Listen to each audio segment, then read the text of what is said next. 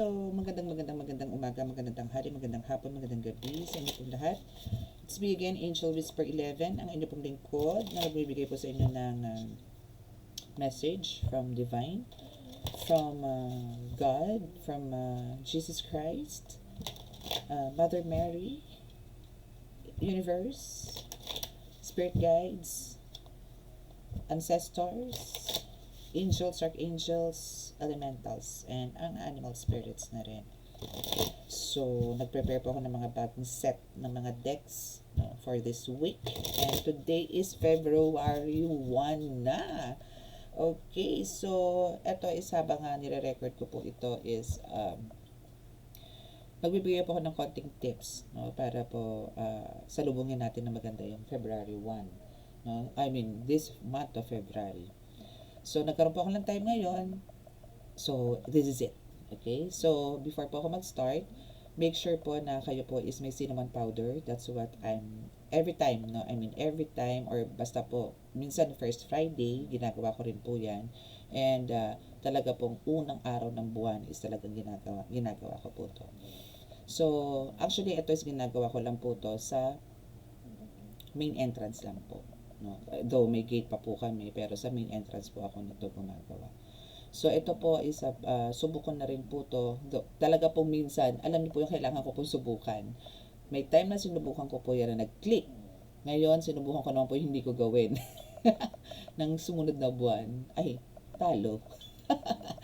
But, dito po kasi yung talagang still, no? Hindi pa tayo pwedeng umasa sa ganun. Parang, ma-realize ko na lang yun, ay, kasi hindi ko nga pala nagawa yun. Yung ganun. Kaya siguro medyo parang mabigat. Yung ganun. O hindi po maganda ang pasok. Pero, hindi ko po sinasabing dito po kayo umasa. Still prayers, no? And still, andito nga po yung sinasabi ko na kung ano po yung pagkaloob sa atin, lagi nyo po itong iisipin na ito po is a blessing. Hindi po siya galing na kung kanino, kundi kay God lang po. Okay? Sabi nga siya, small amount is malaking bagay na po. Basta po araw-araw po is na ipoprovide natin po yung everyday necessity po natin. So, ito po is ginagawa ko po to maglalagay po kayo ng cinnamon powder sa palm, no, and labas po kayo sa bahay. Then blow, nyo lang po papasok sa cinnamon powder. No, blow nyo na. Pero, bago nyo po i-blow yan, syempre po, mag-manifest na po kayo. No? Mag-manifest na po kayo. Kung ano po yung gusto nyo manifestation, make sure po na yung direct. No, wag po kayong gagamit again ng word na sana. Sana pumasok yung blessings, no. Blessings po, wag po swerte. Okay, blessings po. No, naway ito pong aking pag-blow ng cinnamon powder na ito is magbigay po or makatulong po sa pagkakaroon po namin ng kagaan sa pamumuhay, sa aming pagkabuhayan. Pasukin nawa po kami ng biyaya na mumura po sa inyo. Maraming salamat po. Diyos Ama, Diyos Anak, Diyos Espiritu Santo. Amen. Pasok na po kayo sa loob. Pasok na po kayo. No, hanggang saan umabot po yung cinnamon powder ninyo. Yun na po yun. Okay? And kailangan ko rin po, ito pumapasok rin po sa akin ngayon, kailangan ko rin po sabihin sa inyo ito dahil binubulong po sa akin ngayon na kailangan nyo rin pong gumamit ng rock salt. No? Pero ito po, since ito po is pinasok po sa akin ngayon, yung rock salt na yan, ibig ko sabihin, kailangan nyo pong gumamit ng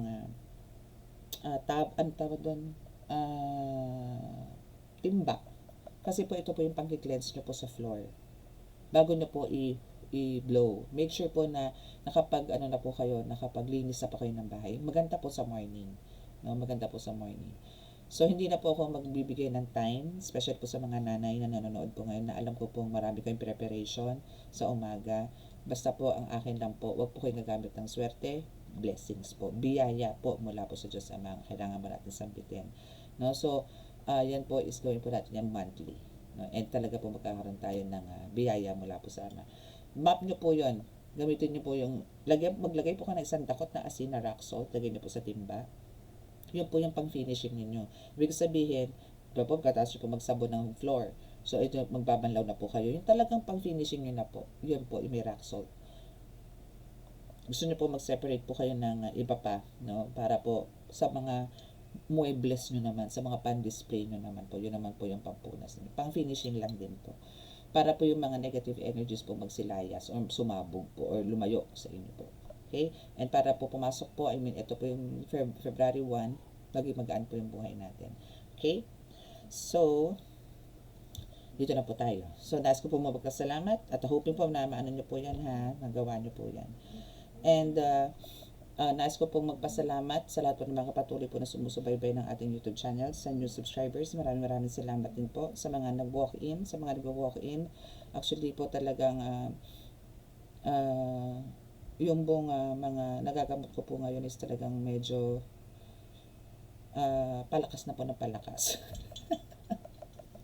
Alam niyo po yung mga demonic forces na po yung mga sumasanib or yung mga sumasalbahe. Like, oo, tao. Pero kung i-assess mo, parang hindi nagawain ng simpleng mangko.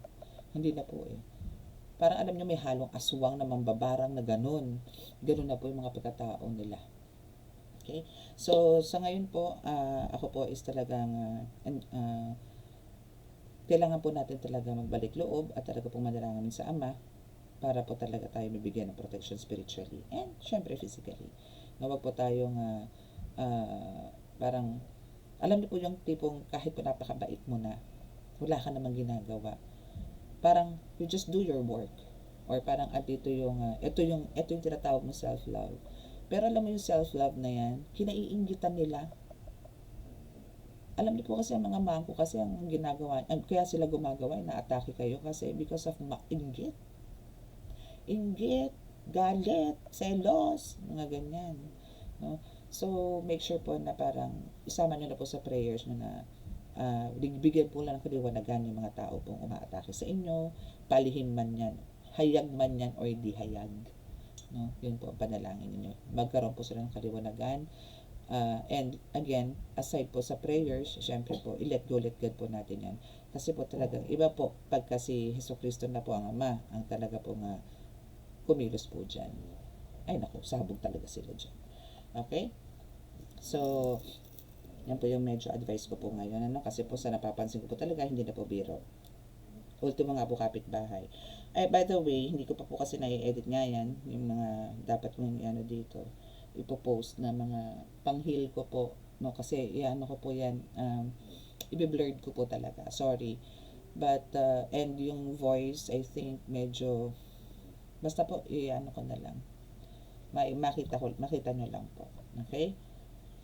Yung way ko po ng panggagamot. Okay, so let us pray.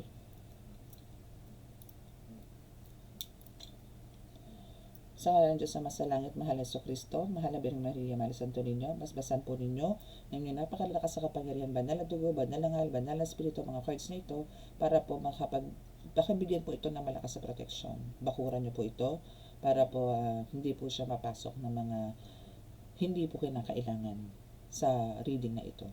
Naway kami po inyong bigyan ng kaligtasan, ila po sa kapahamakan, disgrasya sa kuna at progresyon ng karamdaman at tukso, at bigyan po ng kagalingan lahat ng may karamdaman. Maraming salamat po. Amen. Especially po yung mga atake po spiritual. Okay, so let's start. But I think kuha na po tayo ng energy nyo ngayon.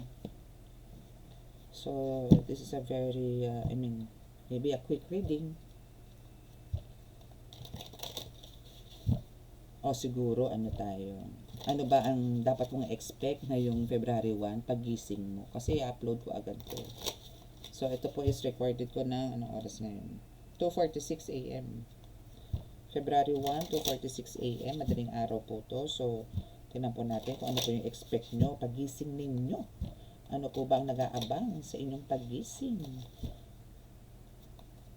Kasi po sa hari nawa po, no, maging maganda.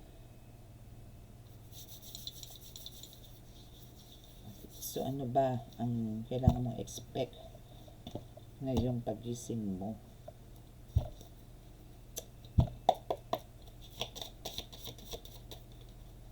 Nine of Pentacles. Parang ano to parang alam mo, lakas ang pakiramdam mo. Yo! Ang lakas ang pakiramdam mo. Very fierce ka dito. Very brave. Parang alam mo yung intuition mo dito na, or parang yung kutob mo dito, it shows na parang there's some result na mangyayari. Ganda.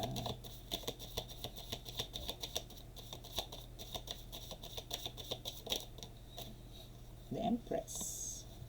Actually, we have the Nine of Pentacles, Judgment, and the Nine of Pentacles. Wow. Alam mo yun? Ang daming positive. Ay, may positive to mga cards na to, ha? Kasi dito nga yung lumalaban ka eh. Laban na laban ka dito, oh. Ten of Swords. Five of Cups. Five of Cups is here. Let's see dito sa ibang card.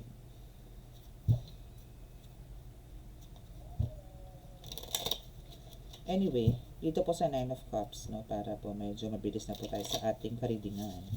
Dito po sa Nine of Cups, Judgment card, Empress, and Ten of Swords, and your bottom of the deck is the Five of Cups. Is, kumbaga, ano po to eh, parang, maybe itong month of January, for some of you, no, is, andito yung marami kang savings eh. No? Or marami kang, ito about sa financial po muna. No?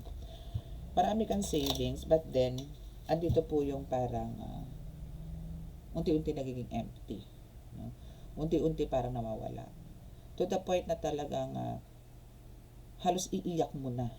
No? Na talagang parang there's an emptiness sa'yo. Or maybe parang iniisip mo na rin, parang ano ba to, may sumpa ba ako? Na parang hindi maganda pasok ng January ko. Parang ganon. Or ang daming losses. No? Ang daming nawala. Maybe ang daming nawala sa inyo for sure. No? Or maybe ito yung talagang, as in, parang meron ka man ngayon when it comes to financial, pero kukonti. Or parang ang hirap pumasok sa inyo ng mga blessings ngayon.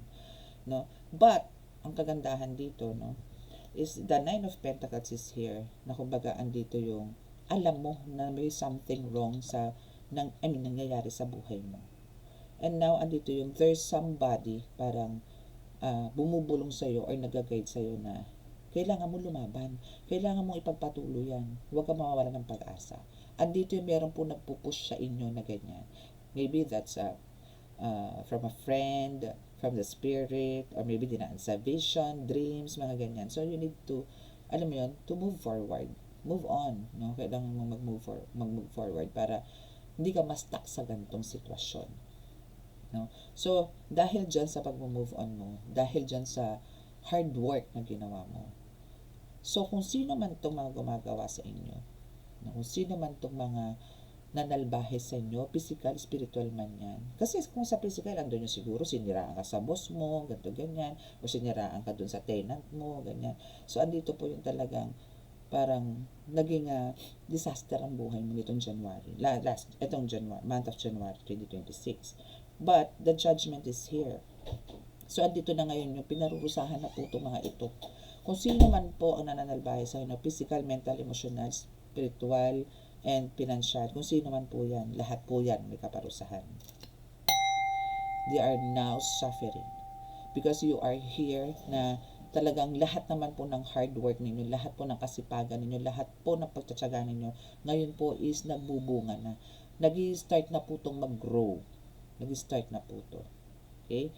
So, now, itong nanalbahe po sa inyo is talaga pong pinapaliputan po ito ng mga spirit warriors ninyo. Talagang sila durog na durog ngayon. Hindi pa po tapos dyan. Meron pa po yan. May mga kasunod pa po yan. So, wait for that. Okay?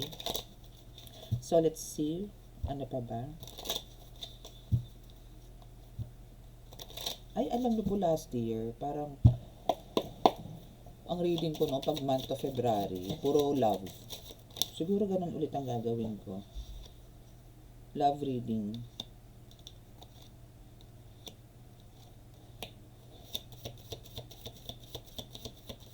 Mag-love reading tayo. I'll try kung kaya ko pa po mamaya. Kasi laglag na putok ako. Okay, so we have,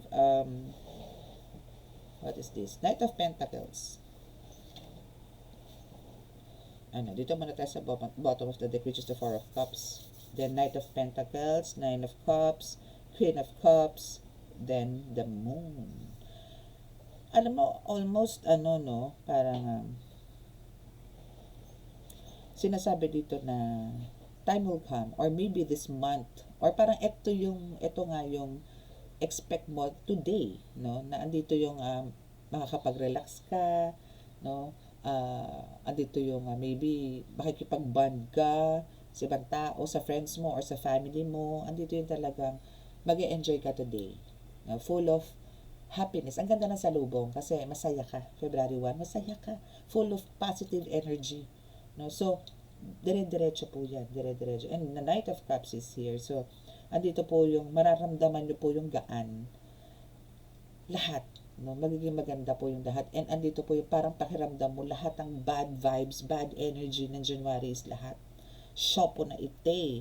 Kasi andito po yung talagang sa Nine of Cups is kung ano man po yung nawala sa inyo ng January, pupunuin po ngayong February. That's a promise. Claim it. Okay? Why? Because the Queen of Cups is here, which is si Mother Mary, or andito po yung dahil po sa panalangin yung napakalupit, napaulit-ulit, malamang sa malamang po. At andito na po yung talagang kayo'y kinalugdan or kinaawaan na rin po ng Panginoon ni Mother Mary. Mother Mary is here sa cups, sa card na to. Talaga pong kayo'y pinagkalooban. Pagkakalooban po. And the moon is here, though andito po yung talagang parang may nag-i-stock pa rin po sa inyo, but still, no, andito po yung kahit po magmasidya, kahit po bumalaga sa harapan nyo yung mga nananalbahay po sa inyo, still, andyan po yung talagang taas na upo kayo talaga na itutuloy ang laban na ito. Yun po ang kagandahan nun. Kumbaga yung pagiging fierce po ninyo, mas buo po kayo ngayon eh. Mas power po kayo ngayon. Especially po, alam nyo na po sa sarili nyo na kayo po ang nanalo. Na wala kayong tinatapakan tao. Na wala po kayong naagrabyadong tao. Wala po kayong nasaktan na tao. Parang andito po kayo, parang ginagawa nyo lang po kung ano yung tama. No? And andito po yung talagang, pag ganun po kasi mga kilusan po natin, mga, alam nyo yung mga arrive natin sa buhay. Parang andito yung makatulong po tayo sa tao, ipagtanggol po natin yung mga naaapi, pagalingin ng mga sinasalbahe, like sa mga healers po. And as a tarot reader naman po kasi isang dito po yung mabigyan po namin ng kasagutan po yung mga katanungan ninyo is andito po yung happiness. No? Andito na po yung, satisfaction, contentment is andito na. And pinaka-the best po dito is yung talaga nabagyan na po ng kaparusahan yung gumagawa po sa inyo. And itong mga sumasalbahay po sa inyo, makukulam man yan, mababarang man yan, satanas man yan, engkanto man yan, napapaligiran po yan. And habang naglalakad po yan, or habang yan po is ikukulong yan ng mga spirit warriors ninyo, hinahagupit po yan. Ang dami pong pains niyan. Kasi kumbaga, hindi lang po binabalik ng mga yan, ng mga spirit warriors yung ginawa sa inyo Multiple times po ang gagawin nila dyan. Kasi andito po yung talaga, hindi nyo po deserve yung pananalbahin na ginawa nila sa inyo. Okay? So, sa mga, andito po para po magbigay ng, kung gusto nyo po ng clarity, gusto nyo po magpagabay, or gusto nyo po malaman kung ano po yung mga nangyayari po sa inyo, or your energy today, especially po sa mga may spiritual attacks, or meron pong gusto nyo pong malaman yung life purpose ninyo, and gusto nyo rin pong malaman kung ano na po nangyayari sa family, bakit ganito, nagkakawatak-watak kami, bakit ang asawa ko ganito, parang may babae, ganito, ganyan, ginayuma ata, no? So, I'm here, no, to help you para po bigyan kayo ng clarity and confirmation as well. Okay? So, sa mga naka-resonate po, please click the subscribe button, paki-like and share, and click the notification bell para po update kayo lagi sa ating reading. And this is the short message for February 1. And this is your energy. So, God bless you all, and may the abundance and prosperity is, alam niyo po yun, dumating po sa inyo this month of February. But don't you forget to share it to others. Okay, so, sa mga naka-resonate again, nandiyan na po sa description box ang aking contact details. So, check nyo lang po yan and chat lang po. No calls, please. Thank you. So, dito na po tayo sa healing.